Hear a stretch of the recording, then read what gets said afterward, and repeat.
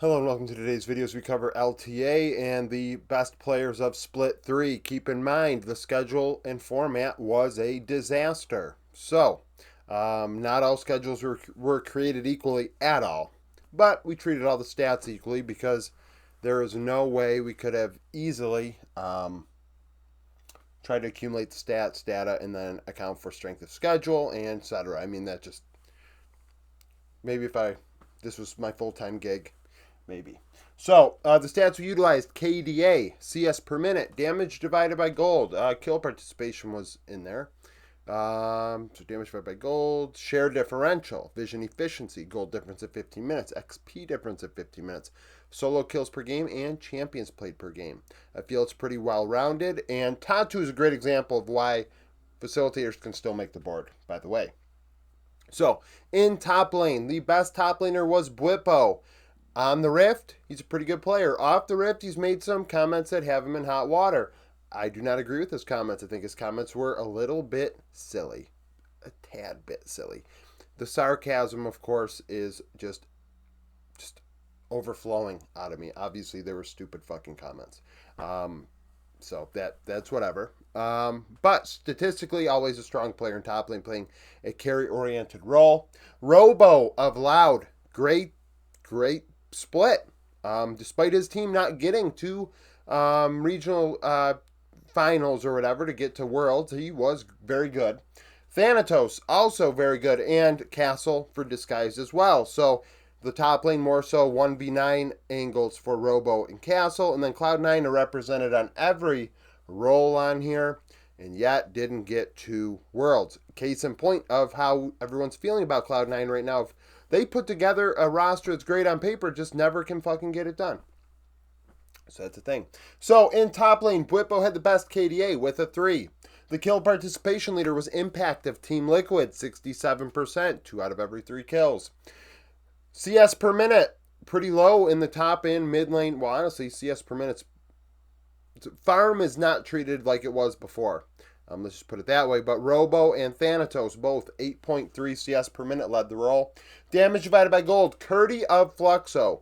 Curdy was on loan from Loud. He had a great split. Very aggressive player, very young player. 1.84 ROI and a share differential of 6.2. So that's like 26% of the team's damage for like 19.8% of the gold, which is roughly, an elite carry type scenario from a share differential. Just extremely aggressive. A young player that's extremely aggressive.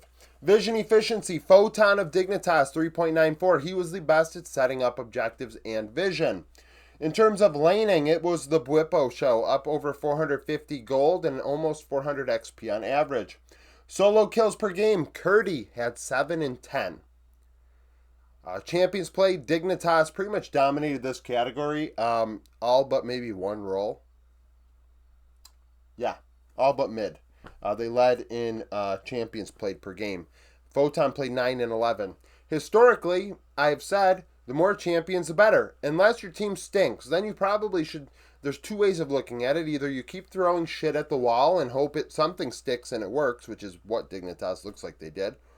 Or you take and try and find something that kind of works and you run with it. So, unfortunately, they didn't find anything that works for them. Yeah. In the jungle role, Tatu of Furia was the best, and he did not lead in a single category and had less than 1 damage per gold. Actually, 0.91, one of the lowest in the role, -7 share differential. And you may say, well, facilitators can't make the board. Tatu showed it is possible to put a well-rounded stat line together relative to everybody else in their role and still appear at the top of the board. Just food for thought. Decimus of Vivo Keat Stars was second, followed by Blabber of Cloud9 and Inspired of FlyQuest. KDA leader Decimus, 4.3. Kill participation, Yampi of Fluxo, 84% kill participation. Vision, CS per minute, Inspired, 7.6. High farm out of him. Damage divided by gold, Karoka of Pain, 1.22. Share differential leader was Griffin of Loud, -2.9. Vision efficiency, Decimus had 5.85 vision score per word placed. The laning leader was Blabber, up 174, well, not laning, but early game leader. 174 gold ahead and nearly 400 XP. Solo kills per game, Tatu had 3 and 14. Junglers don't normally get a ton of solo kills, surprise, surprise. Champions played Shiden, 8 and 11 for Dignitas. Mid lane, Myru. Then Myru of Vivo Kitsar, Saint of Lion, Quad of Fly, and Loki of Cloud9. KDA leader Loki, 3.9. Kill participation and farm, Quid. So Quid had a 74 KP and a 9.1 CS per minute. So the team allowed him to farm and then waited for him to fight. Damage divided by gold and share differential went to APA. He was the most aggressive and carry-oriented mid laner with a nearly 2 damage per gold and a 6.6 share differential. Vision efficiency, Myru, 3.7. In terms of gold difference, the leader was Kaze of Red Canids, up 550 gold on average. XP leader was Quad, up 176. Loki had the most solo kills per game at 8 and 21, and champions played was Tuts of Furia, 10 and 14. Bot lane, Yeon topped the charts, followed by Cheeton of Pain, Bvoy of Shopify Rebellion, and Sven of Cloud9. The KDA leader was Mortius of Vivo Kid Stars, 5.4. Kill participation, Root of Loud, 78%. Farm leader, Rahel of Disguise, 9.9. Damage divided by gold, Yeon, 1.95, joining APA as leaders in that category. Share differential, Bvoy, 7.9% more damage than gold. Bvoy, in my opinion, MVP of the LTA in Split 3. The stat line speaks for itself. There's no other Shopify players up here. Fudge actually ranked as the worst top laner in the role. Worst top laner in the role. Well, I mean, worst top laner. Worst top laner between both regions statistically. So that happened. So Bvoy is the leader in that, in part due to the nearly 8% share differential. I mean, that's 32% of damage for 24% of gold. Showed he's going to carry his team in the damage category, which is what the ADC is supposed to do. Or can do. I mean, there are some teams, we look at Ghost. The Guma with Zeus in 2023. Sort of deal. Vision efficiency, Yeon, 3.2. Vision score per ward place. Gold difference leader, Root, up 171. XP leader was Yeon, 381 ahead. Then Cheeton, in my opinion, was the MVP of LTA South Split 3. Now, the reason more so is Vivo Kid Stars decorate the board, right? We have a Vivo Kid Star player in 3 of 5 roles. Pain, 1 in 5, showing Cheeton really carried for the team. Roamer, laning wise, was the worst in LTA South.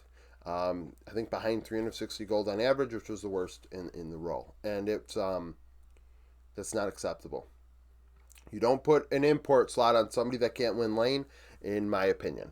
But they're at where they are, and that's a thing.